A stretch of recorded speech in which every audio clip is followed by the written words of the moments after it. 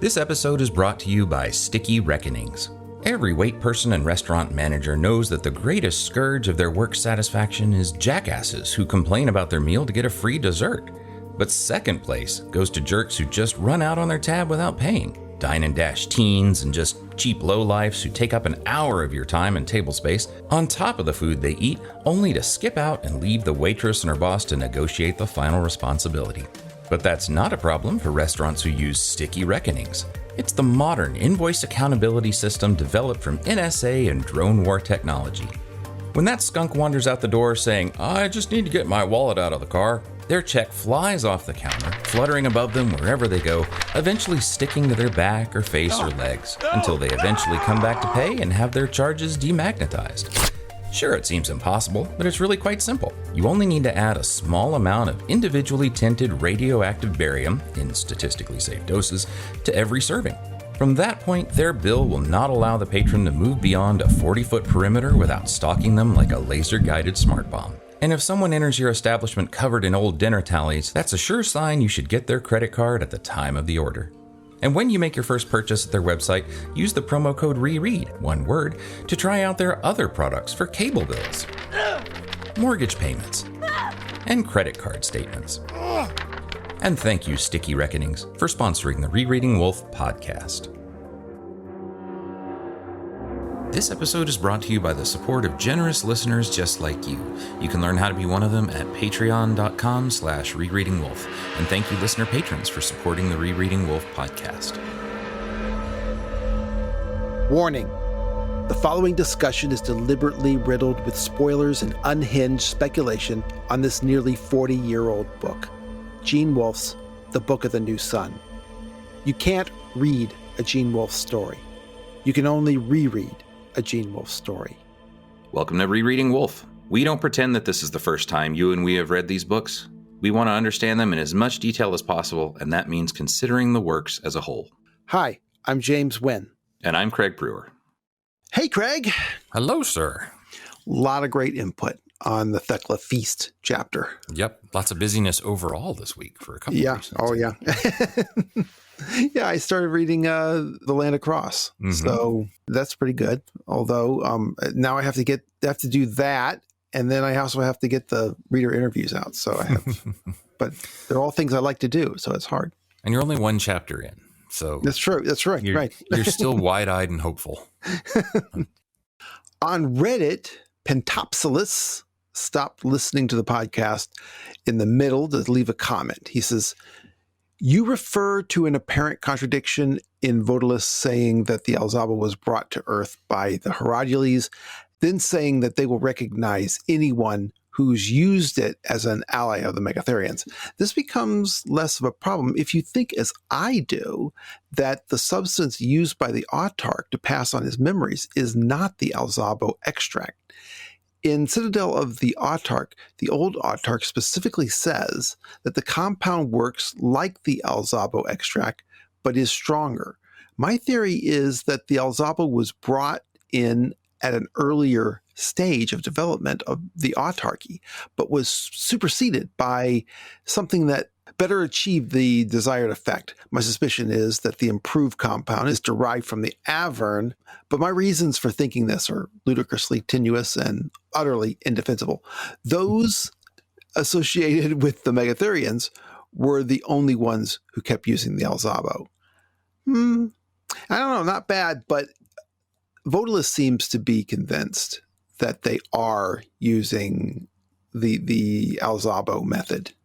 It's not the same, perhaps, but they are using Alzabo. And I mean, he mentions too that it's something that the Herodules use, and they even know the signs of someone having used it. So it seems like it's a similar kind of deal.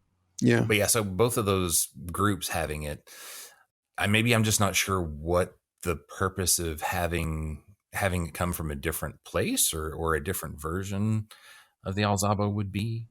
Well, I think the idea would be that, well, hey, why is the autarchy using the same stuff that the Megatherians are passing out? But Perhaps the difference between the Megatherians and the Ysatis could be a matter of dose. The Ysatis only give it to the autarch and no one else. The Megatherians seem to be encouraging its use in a more liberal way. If you think of the Alzabu as something evil that's being inflicted on someone, then the Ysatis torture the ruler and the Megatherians torture everyone else. Yeah. I think it's also Wolfe will often do the kind of thing where there may be something that it's not inherently good or evil, but it's more the use to which it's put that determines it. And maybe in this case, that's the way to think about the Alzabo, something that can be like a satanic version of the Eucharist, but it can also be something that actually leads to resurrection, right? Right. I mean, it totally depends on how you use it, and immortality even. I mean, being reborn. So, yeah, to me, at least, it seems like it depends more on the use and not so much that the thing itself, even if it comes from an evil creature, to me, at least, doesn't seem like it's marked by being used by the Megatherians as necessarily evil.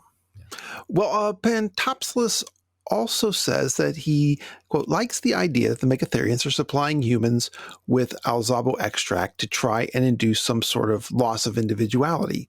Later indications seem to be that this is not what actually becomes of most Alzabo users, but why would the Megatherians care if they wipe out countless human lives to potentially get their desired result? Well, maybe Pantopsilus is saying that people don't really stay under the effect of the Alzabo long term. But on the other hand, Thea mentions that by taking the Alzabo, it will cause mental confusion because she'll remember the same event from two different perspectives. So I think some of the effects are more permanent, or at least long lasting. Could be. And honestly, too, what's weird about the way Thea describes that is remembering something from multiple perspectives might actually be more like the truth.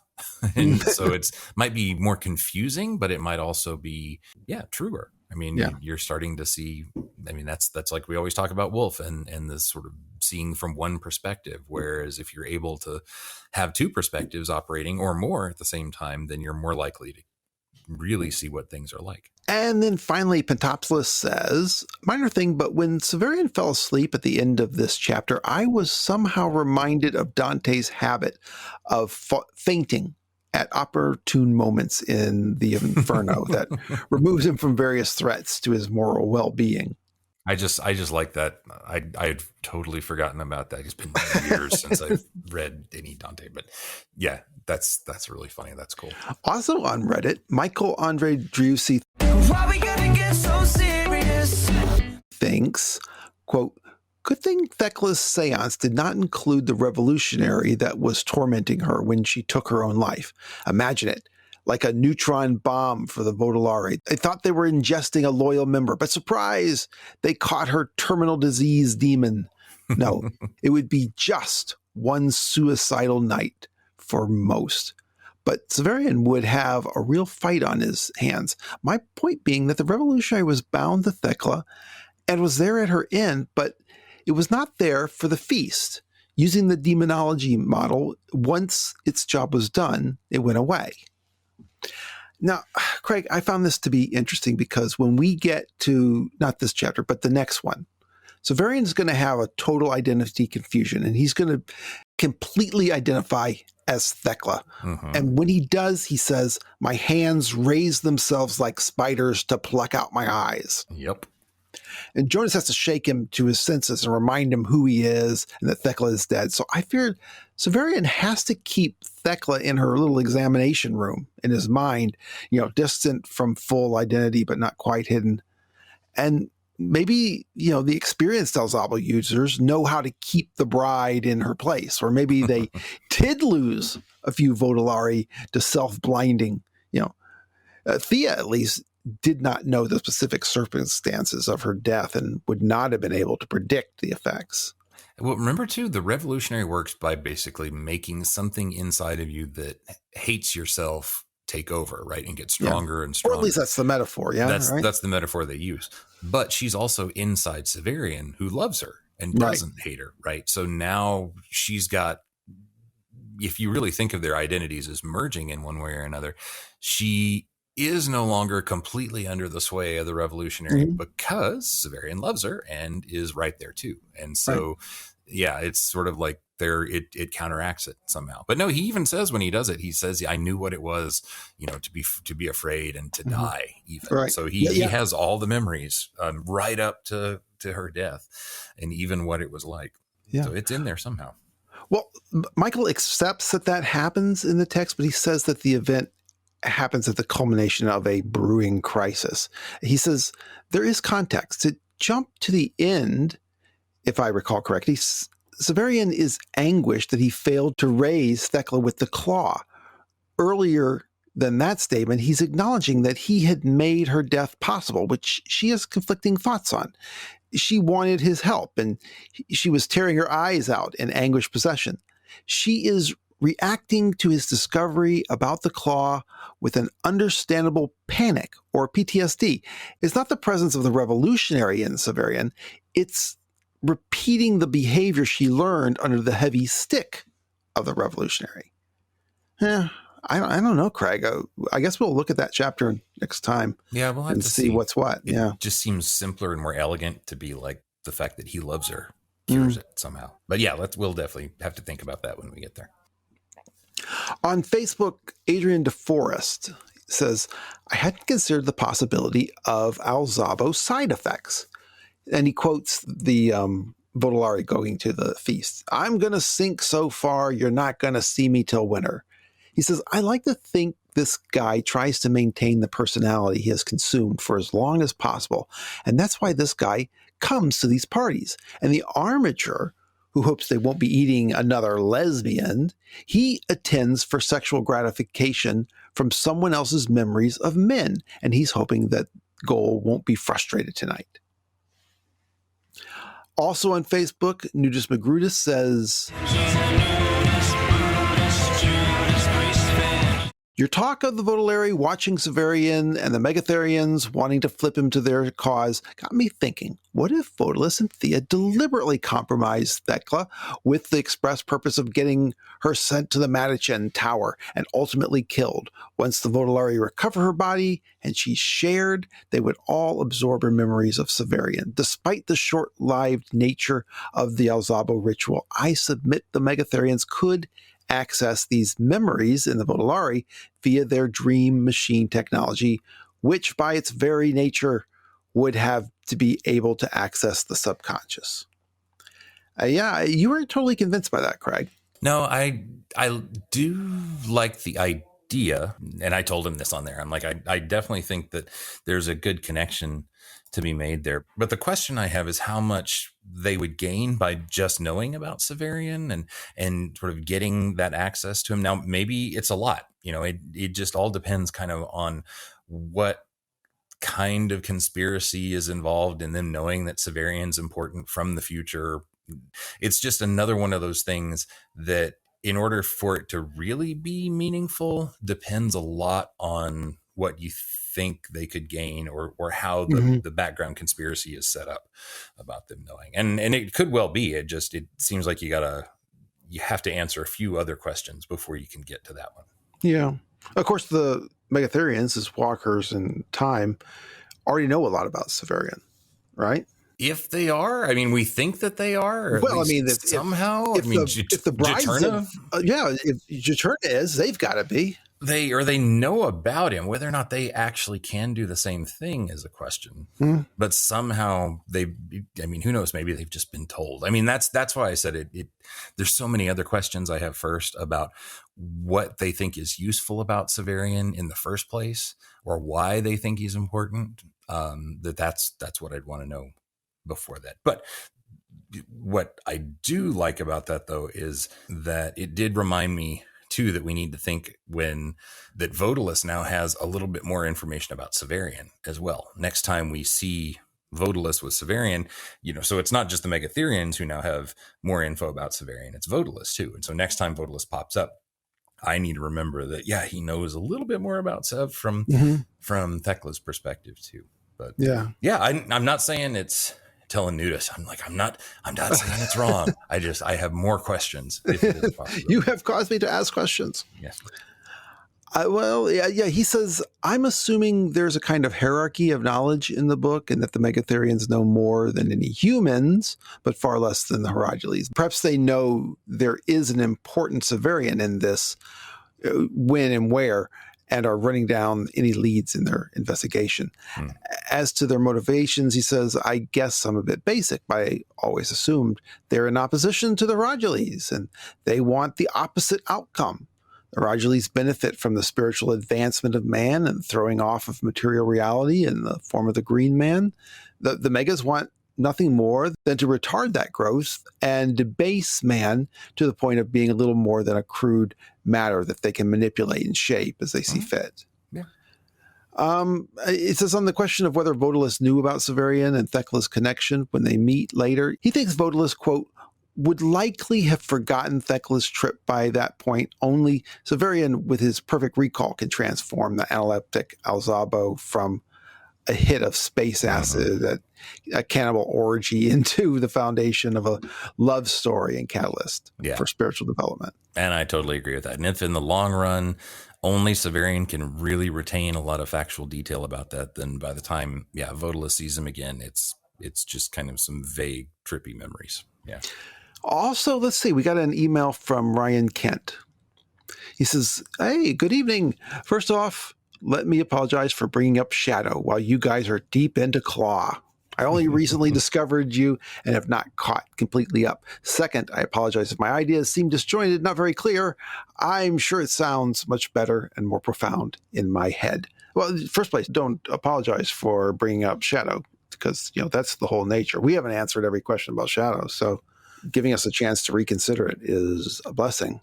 And I actually, after I get done editing these things, I always sound better than I ended up sounding in my head. So I'm sure it'll be the same for you. He says, so you guys talking about Severian's dual nature of both savior and destroyer got me thinking about the meaning of the title, The Shadow of the Torturer. The shadows as mirrors of their originator is a concept played with at least twice. Kybits, right, shadow women, being lesser clones of the Exaltants, and light being the shadow of God. Looking forward to Citadel, Severian has the revelation on the beach that everything is holy because it all ultimately traces back to God. This, to my utterly layperson and non-church-going brain, brings up my understanding of Augustinian theodicy and how evil serves to contrast good, and thus ultimately serve a higher purpose. The shadow defines the light, the shadow. Severian will save the world by dooming it. Or is he dooming it by saving it? What is evil to one may be good to another. So then the shadow of the torturer is the light that creates it, the shadow of God. That's pretty good. Mm-hmm. Yeah. It's a very Armenian interpretation as well. Oh, wow. Yeah. But he would love that. And that evil serves good is not just Augustinian. It goes back to the Torah. Joseph's brothers sold him into slavery, which put him in a position to save his family from famine. As his brothers cowered in front of him, fearing retribution, he told them, you meant it for evil, but God meant it for good. And in the summary of Shadow of the Torturer, as everyone knows, we took up the question without resolution of whether or not Severian is a good guy. So you can check that out again. Thanks, Ryan. And we were very conflicted and contradictory about our answer. Yeah, I think we adopted both sides. Both of us had different points. Yep. But I think we agreed that problem was the point in a lot of ways. Yeah. Right. On Instagram, Jonathan Ettringer has some theories about the Exaltants. He says, here's my big theory. The solar cycle is Lamarckian, and the Exaltant stature is developed through many generations living in low or no gravity and growing accordingly. See Jonas's comment about the Exaltant families being the newest. So he proposes that they've gone to space for generations and eons and returned to Earth to live like lords among the technologically regressed natives. So, I thought the Lamarckian idea was intriguing, Craig. I mean, he's referencing Wolfe's mention of Lamarckianism in his interview with James Jordan. And we know that Wolfe has been into Lamarck for a long time. He talks about him in multiple places. Yeah. But, this goes back to our conversation we had about the Kaibets when Severian goes to House Azure. Why then are the Kaibets, who are clones, not as tall as the Exultants? The Autarch tells Severian in the flyer that the Kaibets are clones and they have to give regular blood donations. But Jonathan has an interesting take on that. I think he's thinking about the Exultants being on a generation ship like the one in the Book of the Long Sun. He says, my theory is a split lineage on a generation ship, a group of people, the inner circle families, alive and perpetuating themselves via consecutive clonings and a cache of their own cloned embryos in storage. One group could grow long over consecutive iterations in low gravity because of Lamarckianism, and while the stored copies retain their original pre-launch characteristics. So that's the Lamarckian angle right there. The Kaibets would then be taken from or descended from the cache line, while the Exultant is descended from the living, iterating crew of the ship. Well, that still works, I think. Jonathan, I think, would like to integrate Lamarckianism more deeply into the text, and his model there does that. And honestly, with that line from Jonas when he talks about them being new, that to me seems totally ammunition for that idea. It's one of those things that Jonas says that doesn't make a whole lot of sense. Like it's suggestive of a lot of things, but that seems to connect really well. Yeah. I don't know. I'm sitting here thinking, like, if you want to come up with some grand super theory that the world went back in time somehow and blew an Earth and all the short sun stuff is actually happening before Earth. I don't know. Yeah, we have a new master patron, Aaron Pixarilli. You can have your picture of the girls. Thank you so much. Yes, we very much appreciate it. So cool that we're still adding people on.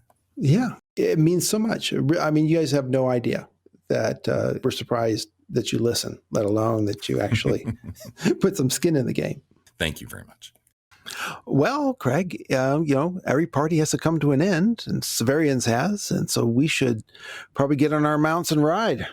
Probably so, and get away from this feast. That's right. I'm happy to move beyond. I don't know. I'll pack a lunch.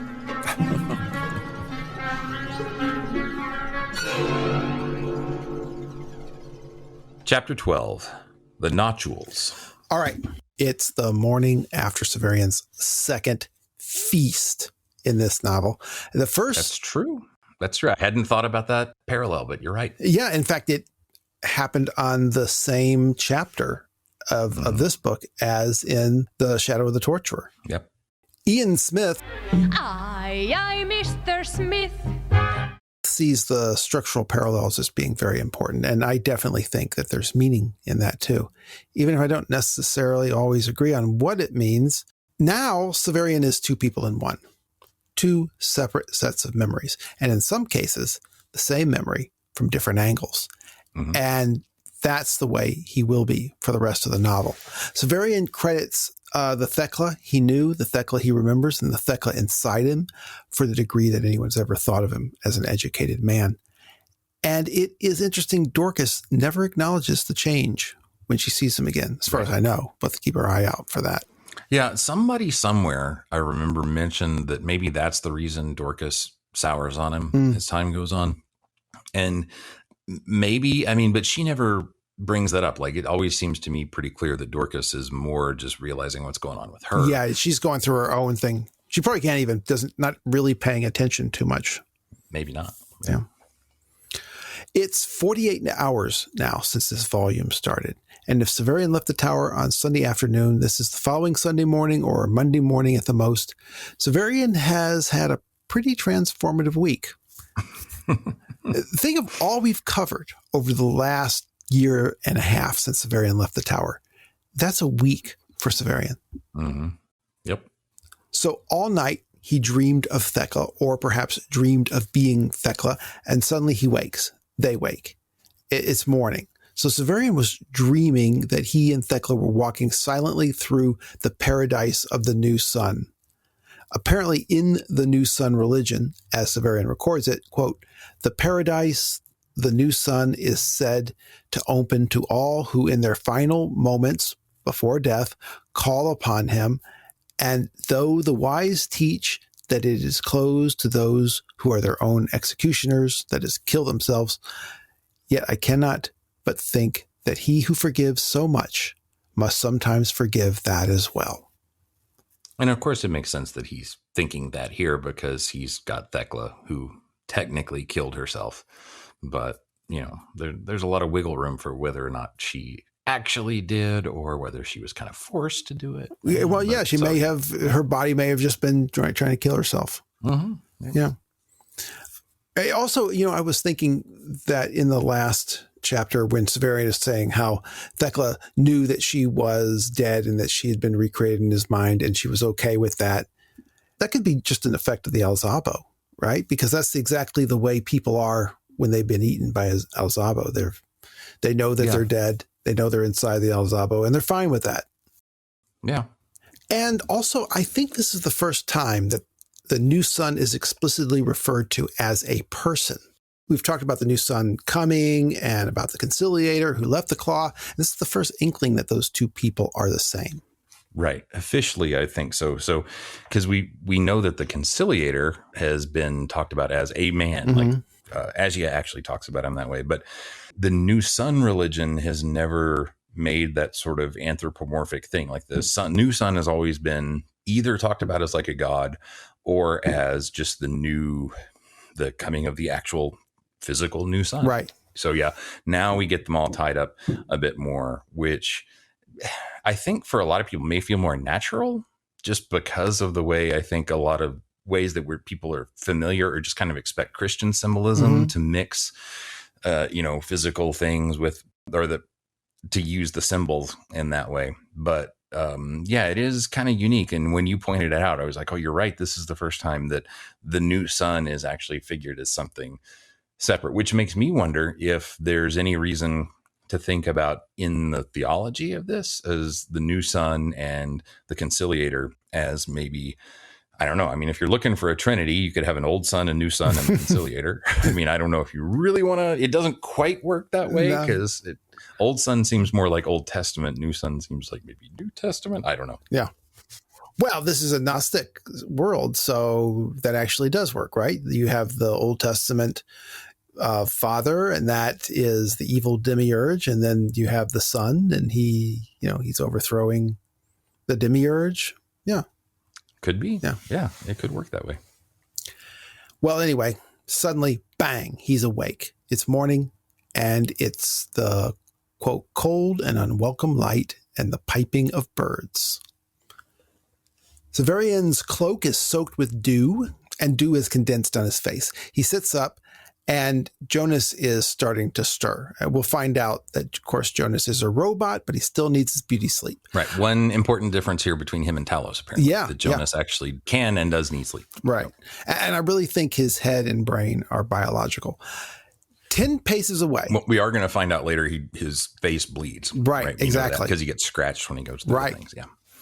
10 paces away, roughly 10 feet, 2 meters, there are two huge destriers. One the color of white wine. Is that like a blush color? Off-white, pale pink. The other is black, unspotted black. The horses are champing at their bits, stamping their feet with impatience. They are literally champing at the bit. So one thing about the colors is just white wine is such a cool, ambiguous thing to differentiate black from because it's not white, but it's called white, right? Like, got a little reddish pink to it, maybe? Yeah, yeah. And it could be pink, right? It could, when he talks about, I mean, he doesn't say rosé or, it's like it could be, sometimes whitish wine. Yeah, it can be pink or yellow. So, but I don't know what to do with it, but it just seems really interesting to me that he does a sort of obvious white and black, but the white is not really pure. Right. Like the black is pretty black, it seems like, but the white is off-white. I'm sure Votalis keeps all the white horses just for himself. And now that could well be. Yeah. The participants of the feast, however, are all gone, and so is the platter of roast Thecla. He says, quote, whom I have never seen again and now no longer hope to see in this existence. The important word there is see, right? He's not going to see her, but he's going to now Be with her. Be with her Right. constantly. So, Right, but it's exactly. that seeing thing, which again kind of makes you. It's not exactly a play or a push on it, but it is sort of making vision and sort of sensual things seem smaller than some other kind of important essence. Exactly. Yeah. And Terminus Est is on the grass next to Severian, secure in her tough, well-oiled sheath. So Yes. don't worry about the dew rusting her. It's something he's still concerned about after all this time.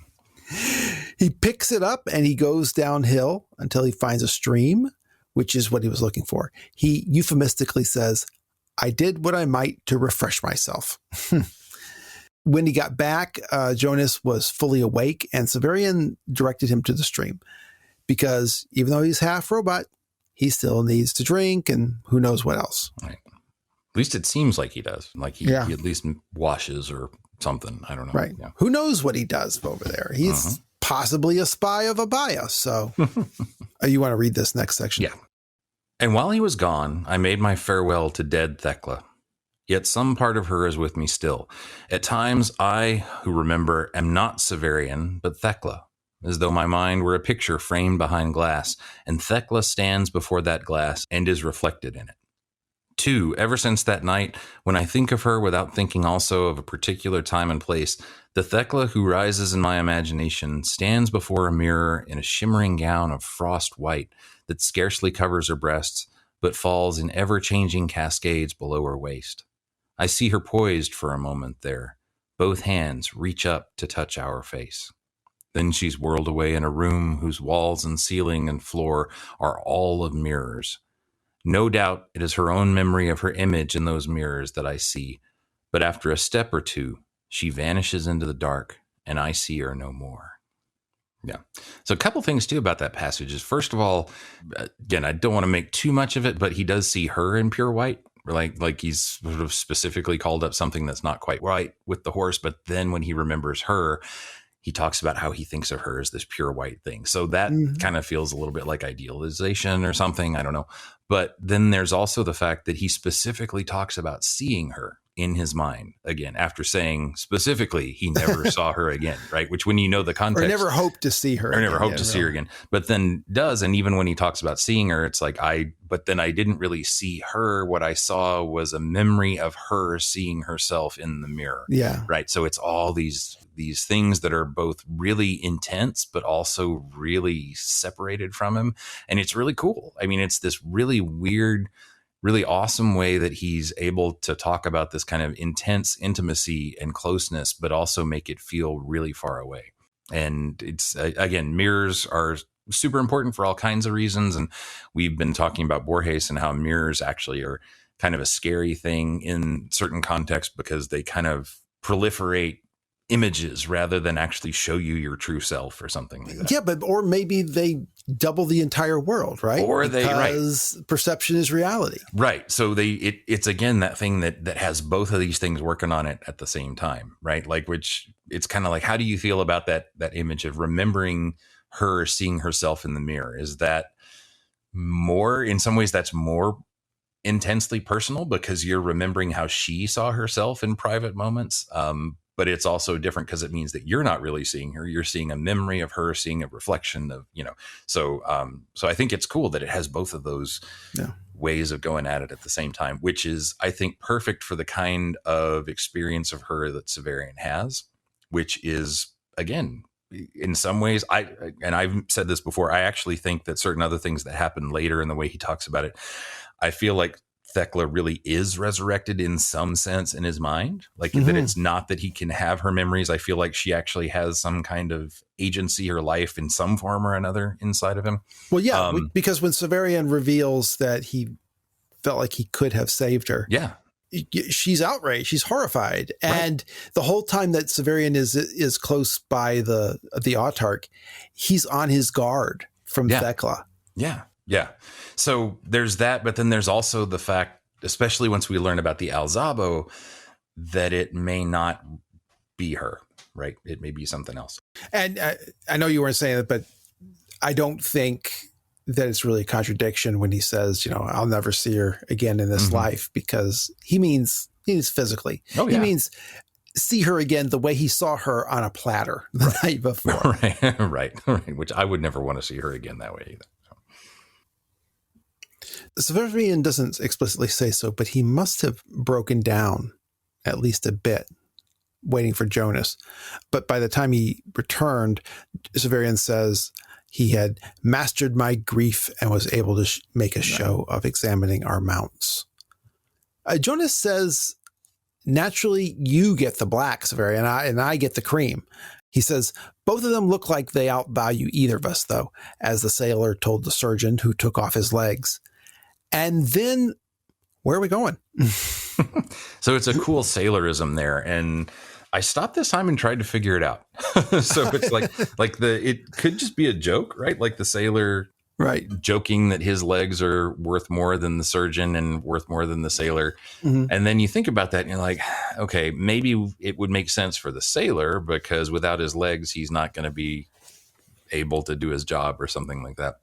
But why for the surgeon? I mean, it's supposed to be a joke, right? Yeah. But put that then in the context of Jonas, where the surgeon might not mean necessarily physical surgeon, and maybe certain parts really are worth something. I don't know. I was sitting there trying to, I stopped and I was like, how can I make sense of this with Jonas himself literally having parts in different ways? And I don't know. I can't do anything else but think that maybe this is just some kind of very, very lateral thinking foreshadowing of us figuring out what.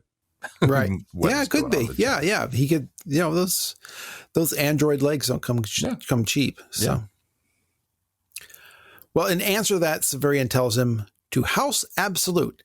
And Jonas looks incredulous. After all, they just feasted with the rebels, and now they're going to the autarch's house. Severian asks if Jonas overheard his conversation with Votalis last night, and Jonas says, I caught the name, but not that we were going to go there. So Jonas might have good hearing, but it's not super robot hearing, as I speculated in the last episode. Even though Severian had no training on destriers, and we've never seen him on any horse until, the night before last. And he admits he's, quote, no rider. He puts his foot on the back of the animal's stirrup and gets on. The destrier that Severian stole from Votalis the other night, and here Severian flatly states that it was Votalis' ride. That one had a lofty war saddle, quote, fiendishly uncomfortable, but very difficult to fall out of. The saddle on this one is pretty basic. It's almost flat, and it's made of padded velvet. It feels luxurious, and it is treacherous. Comfortable, but it's not for fast riding. Whatever fast riding is for a destrier, it's probably pretty fast. As soon as Severian is on the destrier, it, quote, dances with eagerness. Severian thinks this is not a great time for a potentially uncomfortable conversation, but this is the only time for it. And he asks Jonas, how much does he remember of his merging with Thecla? Jonah comes close to Severian on his mount and replies that he doesn't remember anything because he didn't eat anything. He drank the potion, but after that, everyone was too stoned to pay attention to him. Votalis' attention was on Severian, and he reveals at last that, quote, I have learned the art of appearing to eat without actually doing it. As Severian thinks this is a peculiar skill to perfect. But he tells Severian that he's pretended to eat with him several times already. He says, I don't have much of an appetite, and I find it's socially useful. I only eat to be social. Yeah, so not a social drinker, but a social eater, apparently. That's right. Yeah.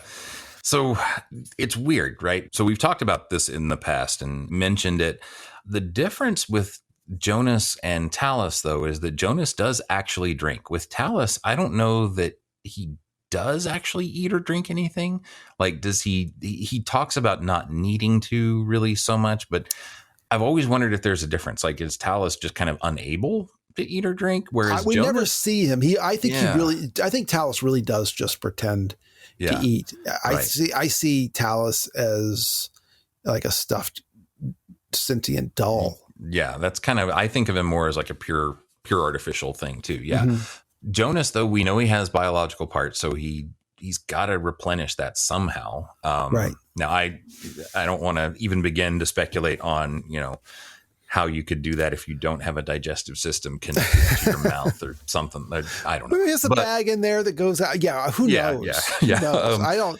You'd have to just really postulate all kinds of technology that includes robots being merged with human parts and designed to merge with human parts. Yeah. And I know there are so many people out there who want to talk about Wolfe as a kind of hard sci-fi guy who, oh no, I'm sure he figured this out in the back. I don't know. I don't know. But the reason it's important for Jonas, I think, is because he does drink the Alzabo, right? Right.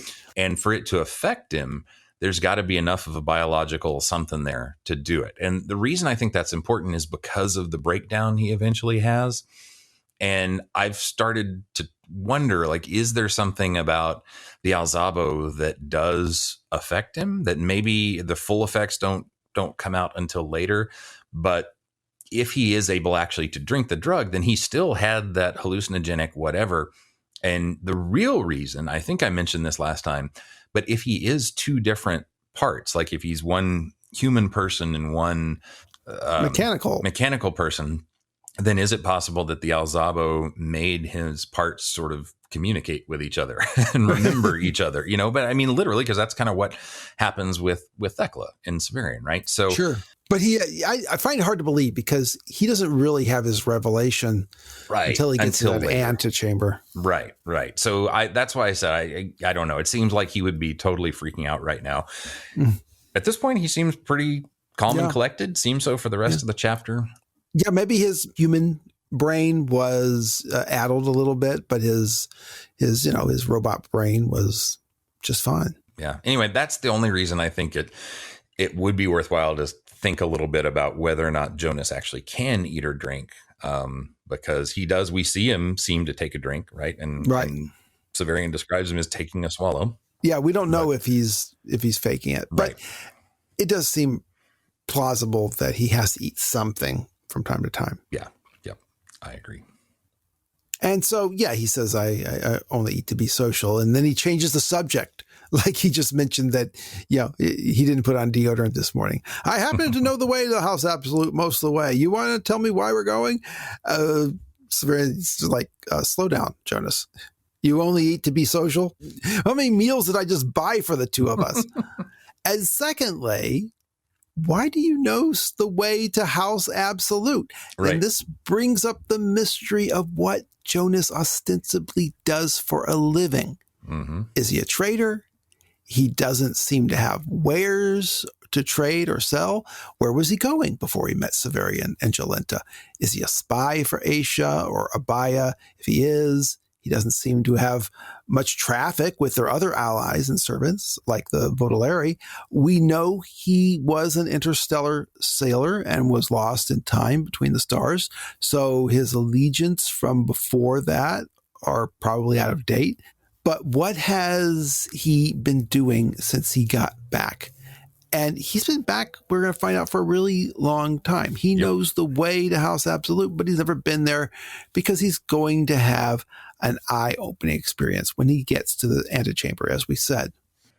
Maybe, unless he actually has been there before and just didn't know. I don't know. Well, we'll see from his directions. He doesn't know exactly where it is, but he knows roughly the direction to walk and how far it is. Right. And we're going to, they talk about some details in a little bit, but he talks about being on his Mary Kip, right? So he was, apparently he's been this way recently, if that was actually the same donkey or whatever. It could be, couldn't, maybe not. I don't know, but he may prefer a Mary Kip to get around. Right. Yeah. The other thing too is that this is sort of a fun Wolfe thing, because usually Wolfe will do like a half explanation of something and then like something will interrupt someone. Instead, the interruption here is almost like another big question, which he doesn't usually do. It's usually like one thing that almost explains something, and then we just, a non sequitur comes through. But here we've got two things that are definitely weird. And so it's almost like underlining some stuff for Jonas at this point. Yeah.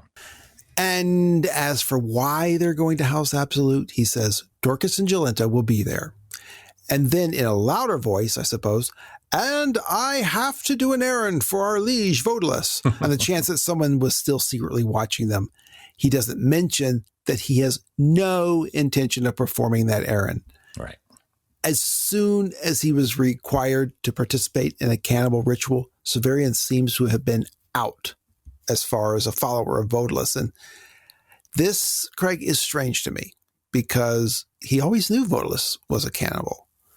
And also because Severian has in no way regrets participating in that ritual.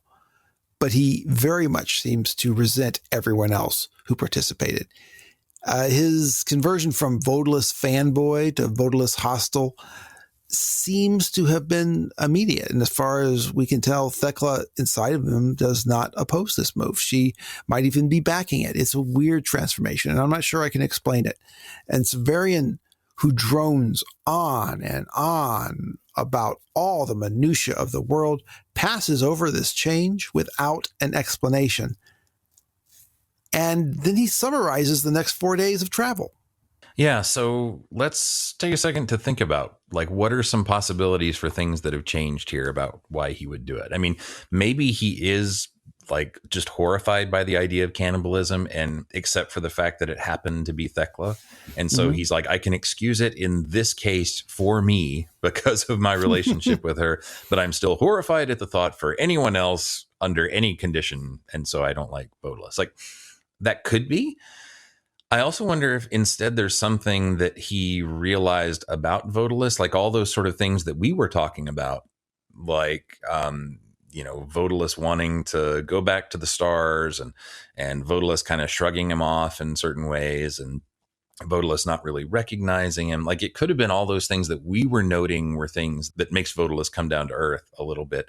Could be that Severian was noticing those too.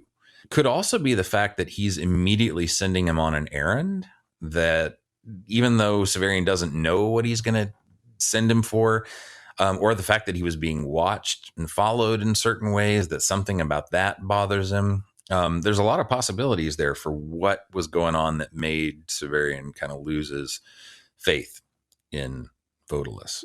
If that's what actually has happened here, like, he does say he's not going to carry through with this specific mission necessarily, but he doesn't totally turn on Vodalis necessarily yet. Well, he kind of feels like he has to. He sees himself as a prisoner. They could kill him. Right. And maybe he was really changing, quietly without realizing it or saying so, but I really don't notice anything until the moment he vomits into the stream. Yeah. And no, I don't either. I don't really know anything specific about when.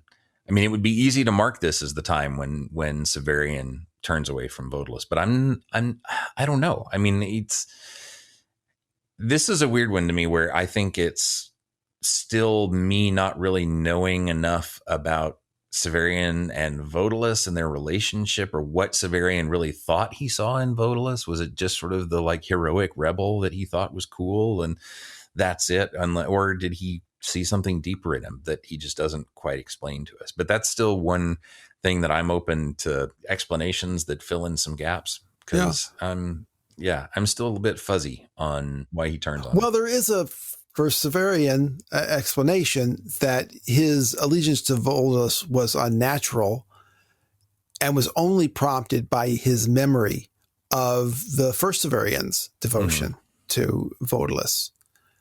But what happened with the first Severian, that it no longer, held him to his allegiance to Vodalis after this moment? Why not still? Yeah. And I don't know.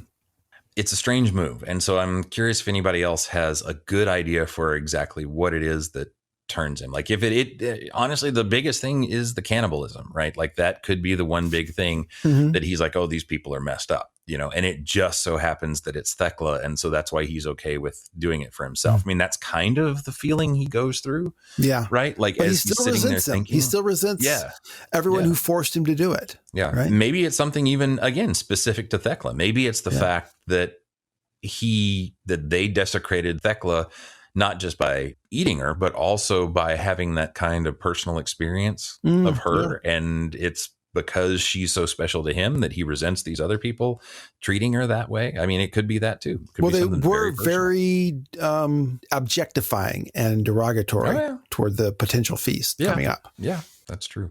Which the only reason I feel like that's not as satisfying is it just feels very personal. And I'm like, oh, you need some kind of nice, big, idealistic reason to do it, Severian, to turn on him. But maybe it is something very well, I mean, like he cut off 3 men's heads at a lark. So yeah, fair point. Fair point. And then Severian summarizes the next 4 days of travel. Here, lest this account of my career run forever, I must pass very quickly over the events of several days. As we rode, I told Jonas all that Vodalis had told me, and much more.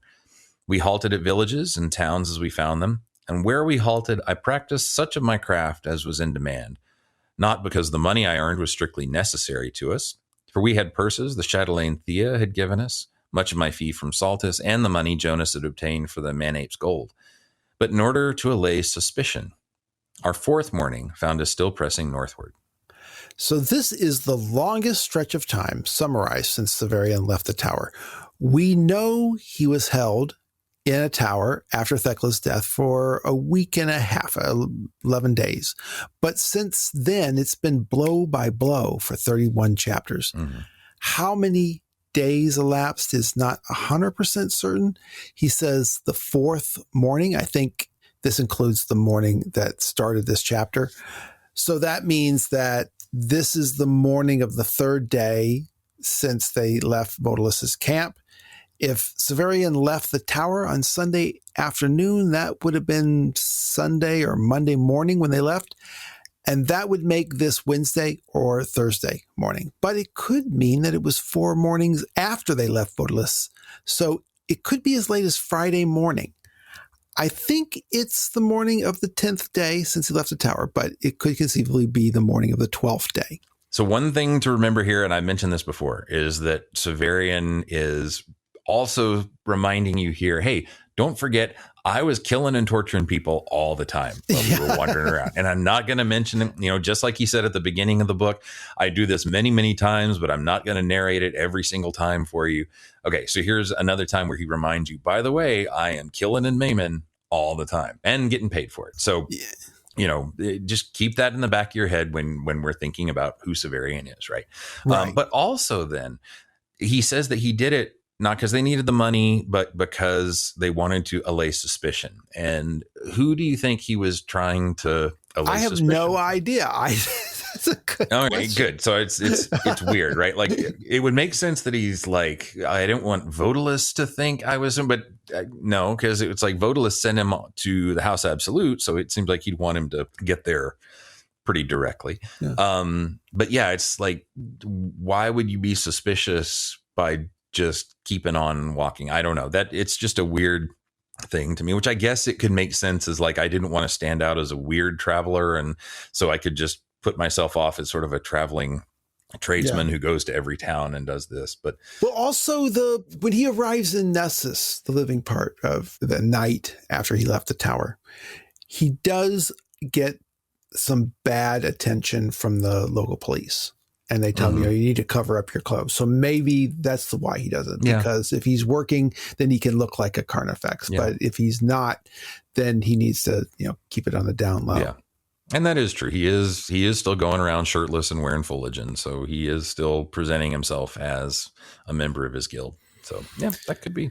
Yeah, and they're camped by the Guile, and they've been traveling north. There's a little isle nearby in the middle of the river. We get some indication that they are right now traveling through the lofty forest around Saltus at this time. Now, once again, if there's a reason to believe that they've been on the road for 4 full days instead of 3, it's because Severian says he took jobs along the way. To allay suspicion because they don't need the money once again. But still, unless they are literally taking every job that comes their way, I think they must have taken maybe 2 jobs, and that would be enough to allay suspicion. Not that I see why that's necessary again, but this is the dictatorship. Maybe this suggests that they live in a police state like the Tsarist Russia or something, where there's spies from the state everywhere. And as they ride, Severian tells Jonas everything Votalis told him and, quote, much more. I don't know if this means about life at the Citadel or about life growing up in House Absolute, but it does imply Severian is doing all the talking. Guile sunned itself to our right like a sluggish dragon guarding the forbidden road that returned to grass upon its bank. The day before, we'd seen Uhlans on patrol, men mounted much as we were and bearing lances like those that had killed the travelers at the Piteous Gate. Ah, those that had killed the travelers at Piteous Gate. And that reminds us of the debate that happened at Piteous Gate at the end of the last volume. The Uhlans killed travelers, but this does not provide us any context for why they killed them. We are forced to apply our theories to that event. We did all that months ago. Right. we even pulled this passage out and talked about it. That's right. And Jonas has been, quote, ill at ease since they set out for the House Absolute, whether that's because, he's not totally sure about how to get there, or because he's worried about the Praetorians when he gets there, or because he's a spy for Abaya. I'm not sure. Jonas knows enough about the way to the House Absolute to say that they're sort of approaching House Absolute. He's not considering how to enter it at this time. He knows roughly where House Absolute is because at one time he was 2 days from where they are right now, here in sight of this little isle. And some pilgrims back then, when he was 2 days away from here, told him the House Absolute was nearby this isle. So when he was 2 days from this isle, some pilgrims told him that House Absolute was nearby, which means right now they are 2 days away. Also, those pilgrims warned him of the Praetorians, quote, and seemed to know what they were talking about. Severian points out that although Jonas was 2 days away from this point, when he was close to House Absolute, he was walking. And Jonas corrects him that no, he was on his Merikip, the one that got left behind in Saltus. And these destriers move faster than his Merikip, but he's not sure they go twice as fast. As far as distance goes, Severian walked from the Citadel to the inn, the living parts of Nessus, by walking maybe 14 hours. The Onagur ride took them briskly to the Cathedral of the Claw. And then it was a short walk, under an hour, to the Botanic Gardens. And then they walked to supper within walking distance of the Hall of Justice. Given the walk to the play and the walk to the Piteous Gate, now they've been riding destriers, and the House Absolute is 4 or 5 days' journey.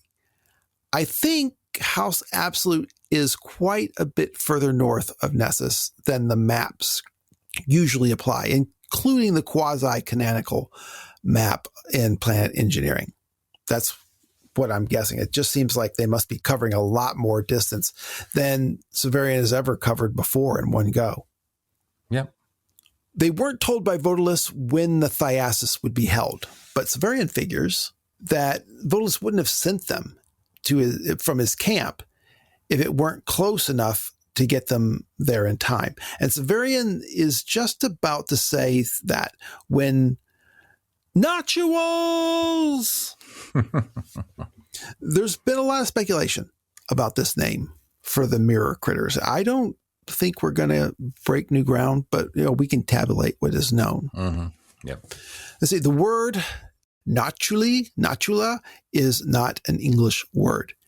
On the Earthlist, Sean Whalen reported that it's French for a note or a page. So it does look like that. Notula is Italian for a bill, like in a restaurant. And these words in both languages come from the same Latin word. So these creatures look like slips of paper, case closed. But I don't know. It seems a little on the nose for Wolfe. And in fact, there is more. It's also a pun. As Robert Borski noted, a noctula is a European term for a bat. It's derived from the Latin word noctua for little owl. And there's also going to be a character, Noctua, in the Tale of the Student and His Son, but I don't think the concepts are related. I think Noctua's name comes from another source, but we'll get to that when we get to that. The point is that they are like slips of paper, pages, noctula, and they are also like bats, noctula. it could only be more perfect if there were a Notula in Borges' Book of Imaginary Beings, which there is not. Yeah. And Sean Whalen, again on the Earth list, also discovered that Notula is the diminutive form of the Greek name for the south wind, Notus. So I guess Notula would be a light breeze from the south.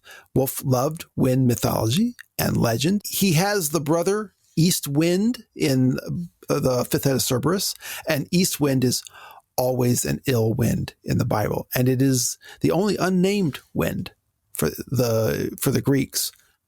Wolfe has a couple of short stories that refer to West Wind, and when the Gene Wolfe family had a CB radio, his handle was West Wind.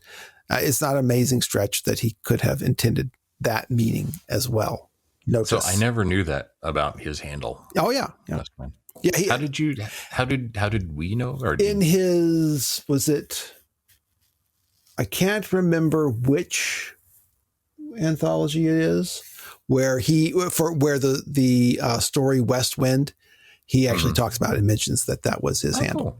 So that extra bit I like all the bat page stuff is cool, but to add in a little bit about the wind name, that's pretty cool. Yeah. That's pretty cool. And it's sometimes things like when you get to those kinds of things that are connected, maybe I don't usually buy them, but this one, because of all his sort of obsession with the winds, it does seem like something he would know and love to put that in there as sort of another layer of the pun or words. Yeah.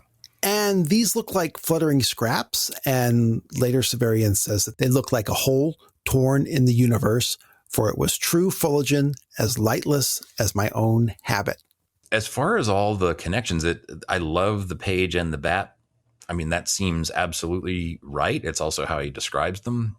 I mean, they don't fly like birds necessarily. They fly like fluttering paper, which is kind of what a bat looks like to me, at least. But yeah, so that part is perfect. The Fulgen, we're going to find out here too, is that they don't just suck up light, but they suck up heat too. So, a wide spectrum of various kinds of waves. But no, I think it's a pretty cool way to come up with the name. Right. It's doing a lot of work there for the descriptive side of it. As far as sort of deeper meanings, we'll have to see more about what it does here. Right. So Severian is just about to argue that getting to the House Absolute in time should not be a problem because Votalis sent them to link up with Talos at the Thiasis as their alibi, and he wouldn't have done that if he didn't think it was feasible. And if he thought there was any doubt, he'd have at least told them to hurry. And he's about to tell Jonas that, quote, when something that at first seemed a great bat came skimming within a hand's breadth of my head. Mm-hmm. And Jonas knows exactly what it is as soon as he sees it. He shouted words that I could not understand and lashed my destrier with the ends of his reins. We know what he said. He said, Notules! I wonder, is it him yelling the name, or did he, in a moment of panic, did he start yelling in Korean, or did he start yelling in whatever other language? Well, he was on the Fortunate Cloud, right? Yeah. But we just don't know. We don't know either one. But I think both are reasonable, given what we're going to know. So Severian's destrier takes off, and remember, he doesn't have one of Vodalis's war saddles, so he nearly falls off, but they're both galloping as fast as they can. Quote, I remember shooting between two trees with not a hand's breadth to spare on either side. So this is like the scene with the Balukathir entering camp, and it's possible that they are both Hamlet's Mill astronomic references, with Severian passing through the gates of a seasonal sign, but who knows? So one other thing, though, is that Jonas immediately knows what it is, without a hesitation for a second. So this is another example of Jonas having all kinds of knowledge about things that are otherworldly. Right. Literally different worlds. Yes. Not just this one. Yeah, he does. Although Severian still doesn't pick up on that till much later. Right. Severian sees them, quote, silhouetted against the sky like a fleck of soot. And, quote, a moment later, it was rattling among the branches behind us. And that fleck of soot is perfect, not only because it's fuliginous, but also because it's something that is burnt up, right? And we're going to find out that's what these things do, is they absorb as much heat. So they're, in a sense, they are on fire. Oh, yeah, yeah. So now they clear the woods at last and ride into a dry gully. It looks like they lost them, but as soon as they emerge from the gully on the other side, they can see it coming out of the woods, more ragged than ever. He says, for the space of a prayer, it seemed to have lost sight of us. So that thing about it seemed to lose sight, and then it being more ragged. Like, he hasn't cut it here. He's going to cut it in half in a second. But it's the trees. But he's moving through the trees. Yeah, it's moving through the trees, and it's gotten messed up a little bit. I also wonder if that's a first little sign, if it's one of Hether's things that, everything that Hether has is kind of raggedy. Yeah.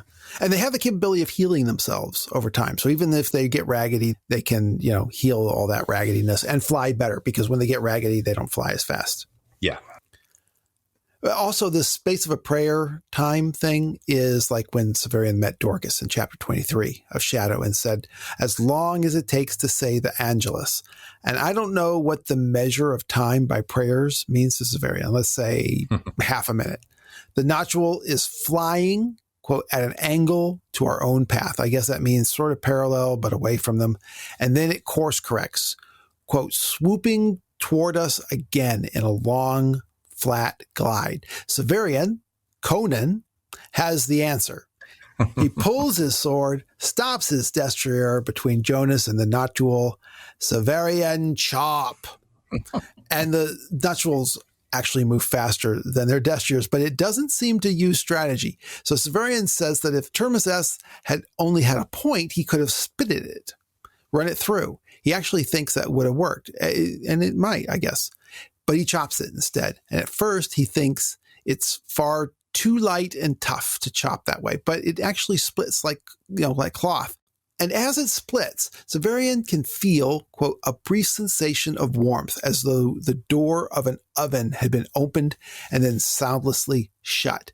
And he was going to get off his black mount and take a look at it, but Jonas is yelling at him and waving. So they're out of the forest by a long way, and they've entered a region of broken country of steep hills and ragged cedars. It seems to me they've moved to a higher elevation, and this is like the despoil of a past glacier. Mm-hmm. They're ascending an incline, and there's a grove of those ragged cedars at the top. Severian doesn't realize the danger. He's just following Jonas, and they plunge into the grove's tangled growth like madmen flattened against the necks of our mounts. I mean, that's a picture you can really pick up. They're just laying flat on their animals and going through the branches. Eventually, the trees are so thick, the destriers can only walk. And then they get to a sheer cliff, and they have to stop. And now, Severian can hear something behind them.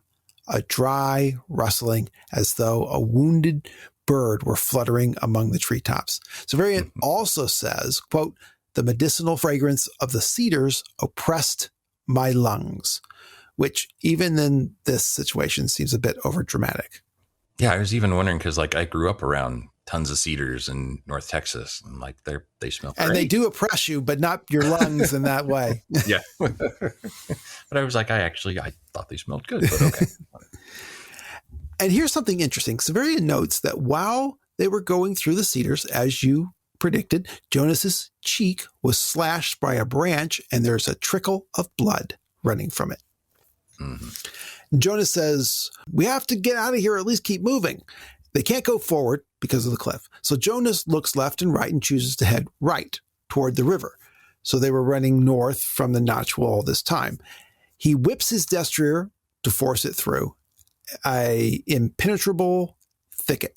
Severian lets Jonas take the lead, planning to be the defense if the Notule catches up. He probably figures he can kill it like he did the other one, and he probably assumes this is a new one. And then he sees it, quote, through the gray-green foliage, and then he sees another just a bit behind it. Now they're out of the cedar grove, and they're in a full gallop again with the fluttering scraps of light behind them. But these are smaller than the one he saw before.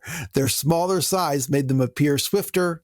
They were slower than the single large entity had been. And this is a hint, I think, of Severian the author knowing what they are now, despite Severian in the story not understanding it. Yeah. Jonas says, we have to find a fire or a big animal we can kill. If you slash the belly of one of these beasts, that would probably do it. But if it didn't work, then we wouldn't get away. In a little bit, Severian will ask if these bat animals are bloodsuckers, and Jonas says, no, heat, like you said. And of course, growing up as I did watching Star Wars, you have to think about tauntauns at that moment where you know, tauntauns keep you warm. Yeah. If you cut their bellies open, but okay. Sorry. It's a different problem. Yes. The other thing is that when Jonas says heat, he doesn't mean any heat. Next chapter, Jonas will explain that the Notules prefer life's heat, even though they can sometimes be distracted by a fire of living vegetable matter. So he says it's something more than caloric heat that they want. Maybe, quote, some radiant energy characteristic of growing cells. So you can't just run a gas stove with a bug zapper cage and kill them that way. Yeah, and the end of this chapter, I think, shows that actually happening. Yeah. And we'll get there. Right.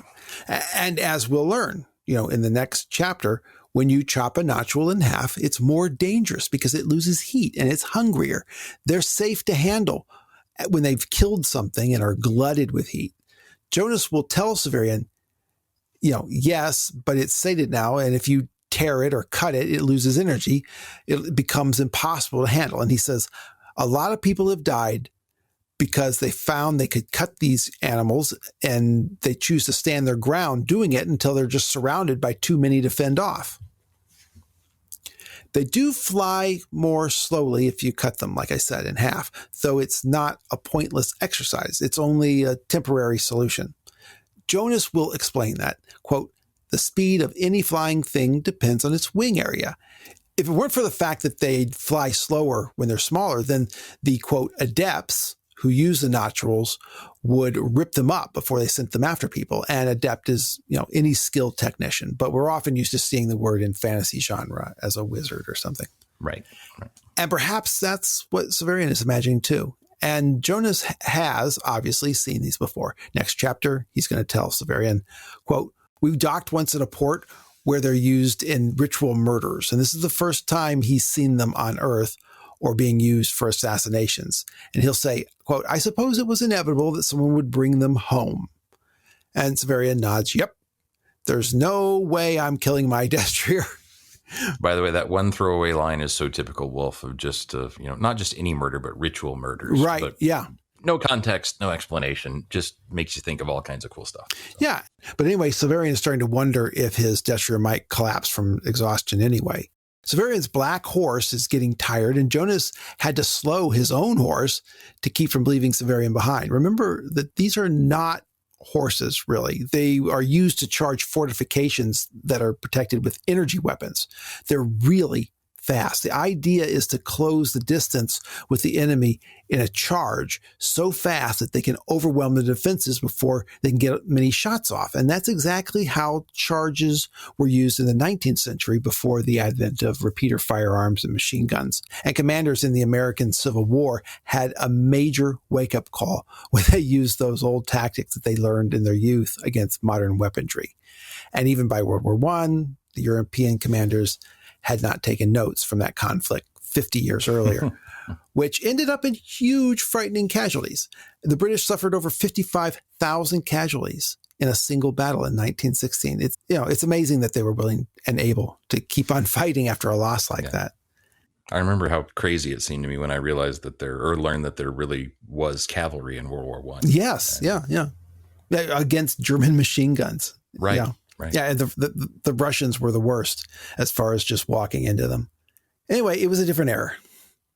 But these animals, with their special armor, are Wolfe's return to the fighting tactics in a futuristic setting.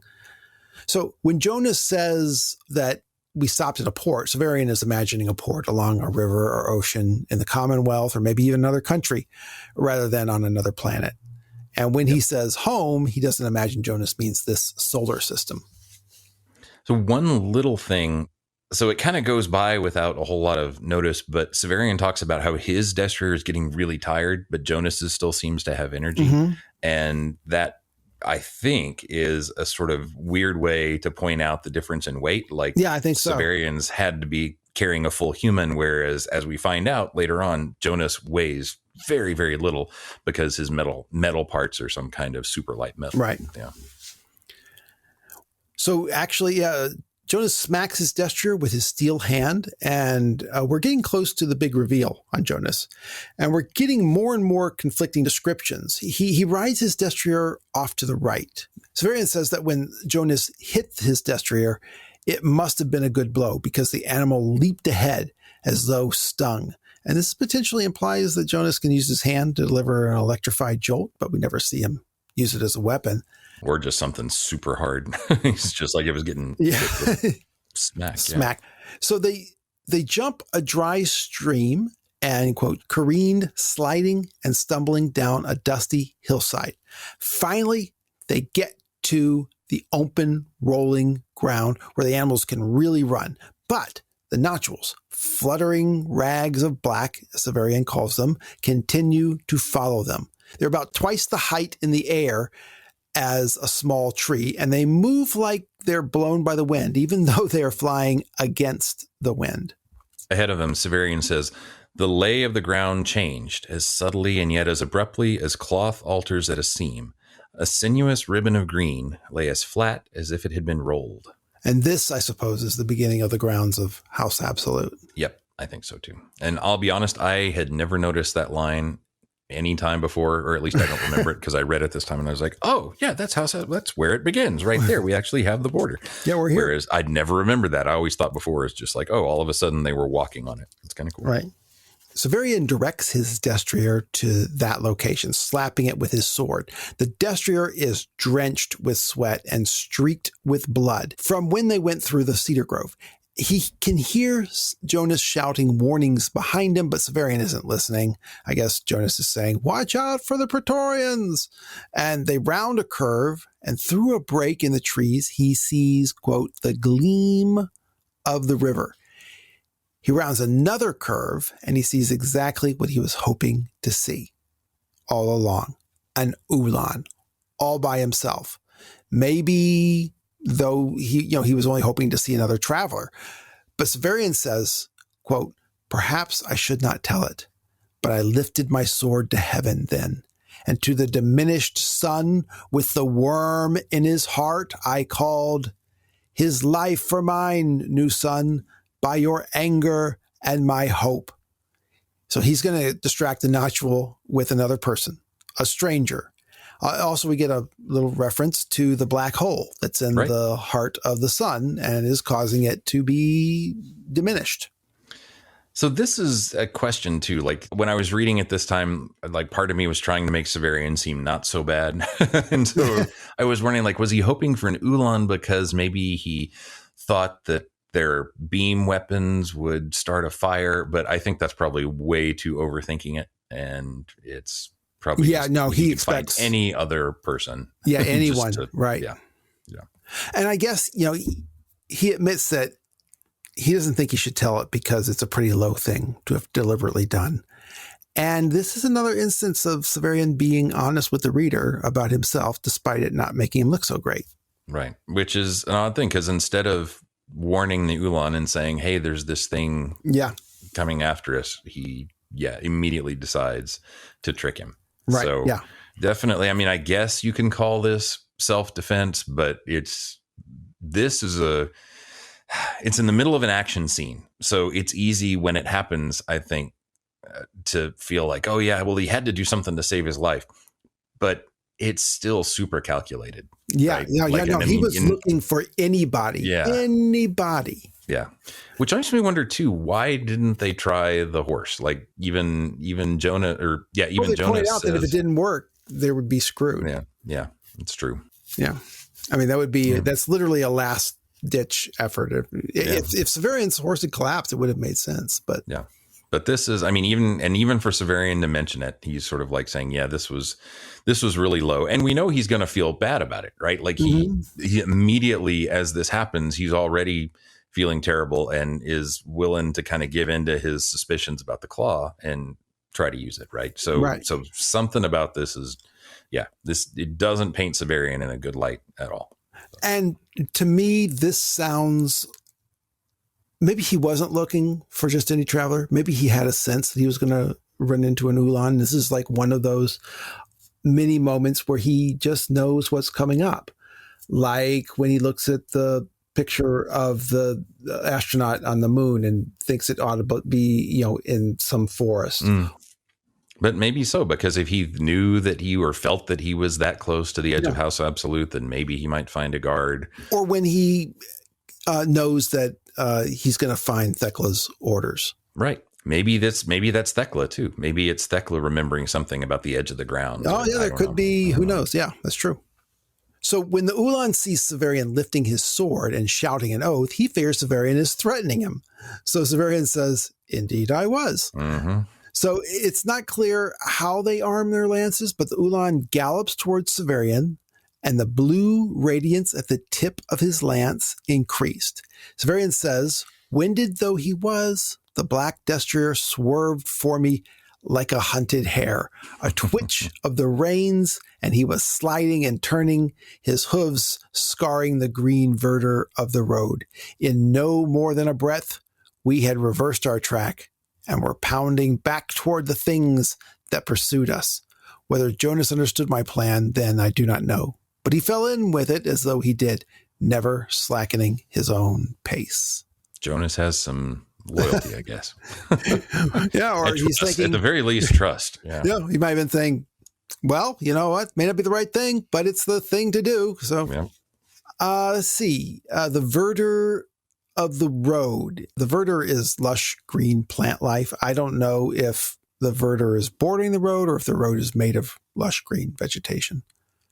One of the Notules swoops down, heading for Jonas, but Severian chops it in half with his sword, and again he feels a gust of warmth. He says, "Knowing from where that heat came, it seemed more evil to me than any vile odor could. The mere sensation on my skin made me ill. I reined sharply away from the river, fearing a bolt from the Ulan's lance at any moment. We had no more than left the road when it came, searing the ground and setting a dead tree ablaze." They veer off the road and boom, the Ulan fires his lance. It misses and sets a tree on fire. So I think it is reasonable to assume that the carriage that Severian saw in his dream after the disaster at Piteous Gate was caused by them. They do not have exceptional targeting discipline, though. They just pray and spray. God help you if you get in the way. That's what it seems to be.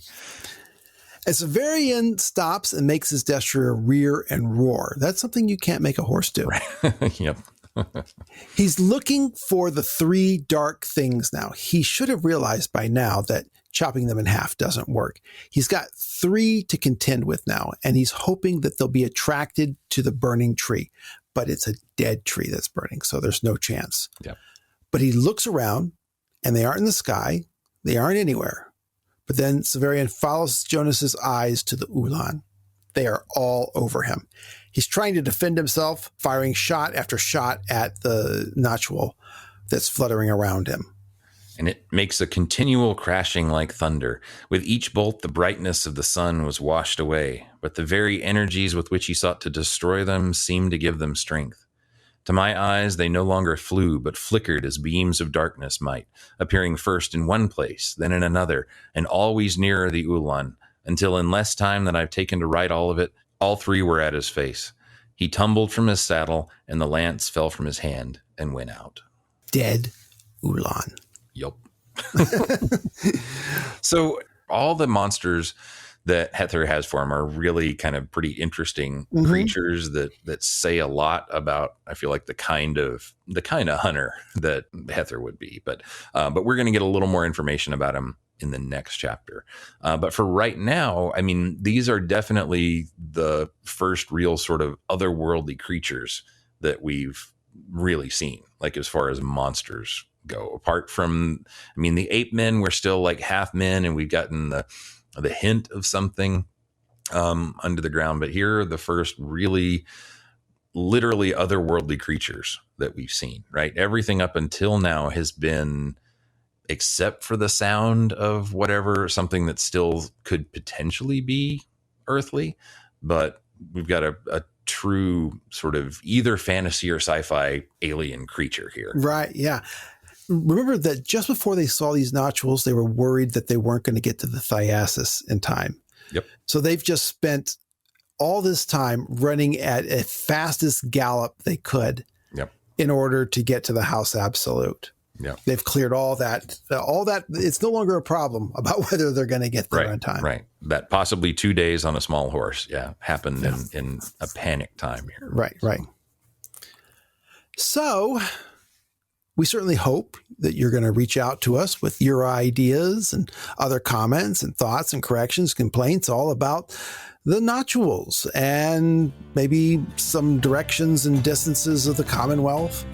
And we hope that you will bring them to us on the Facebook group, the subreddit, Twitter, email, or the Patreon site. You can find out how to do all that on the show notes. Leave a review on Apple Podcasts and tell your wolf reading friends. And until you hear from us next, may the Moira favor you. Take care, everybody.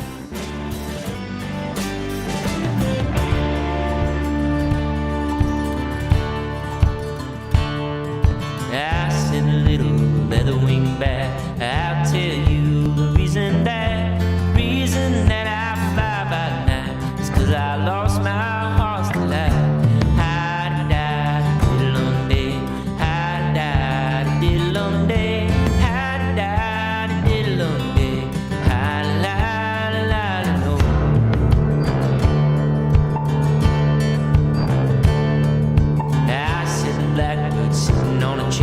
Once I quoted Lady Fair, she proved fickle and turned her back, and ever since then I'm dressed in black.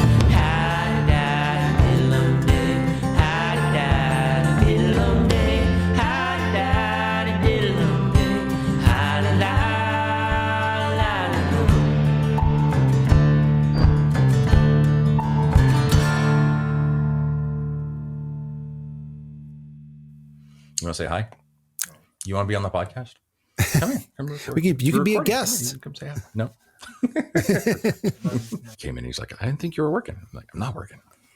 I'm not. I'm well, playing. I guess I could say I am getting paid for this now. That's true. That's true.